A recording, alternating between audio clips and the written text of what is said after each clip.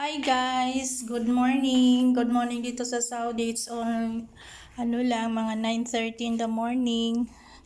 At nag-start na po tayo ng ating trabaho doon sa mga nanay na katulad kong OFW.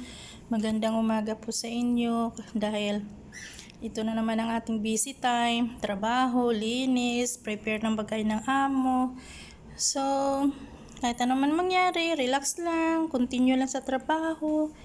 Dahil ito naman talaga ang ating yung income para sa pamilya natin. Kaya stay strong, kailangan natin magiging malakas at manalangin na lang sa Panginoon na gabayan tayo sa lahat ng oras.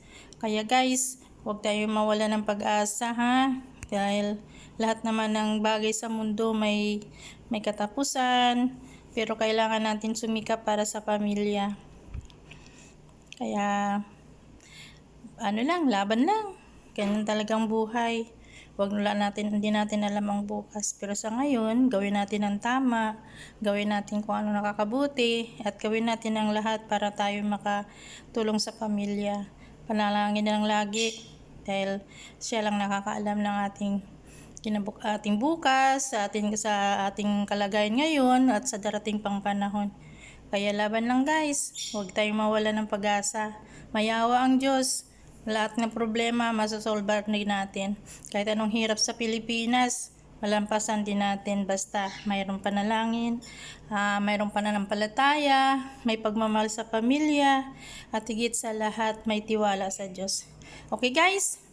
Babay na sa ngayon at ako'y mag-start na ng aking trabaho. God bless you. Naway pagpalain tayo ng ating pong may kapal sa araw-araw nating ginagawa, lalo na din sa lahat ng mga OFW na laging pagod, kulang sa tulog, yung iba dyan kulang sa pagkain, yung iba dyan minamaltrato ng amo. Naway gabayan tayo lahat ng Diyos at ingatan tayo dito sa ibang bansa na tayo tayo bigyan ng kalakasan at katibayan ng loob, at higit sa lahat magiging strong ang ating pananampalataya sa Kanya. Kaya lahat ng ito ay sa Panginoon lang natin iasa ang lahat.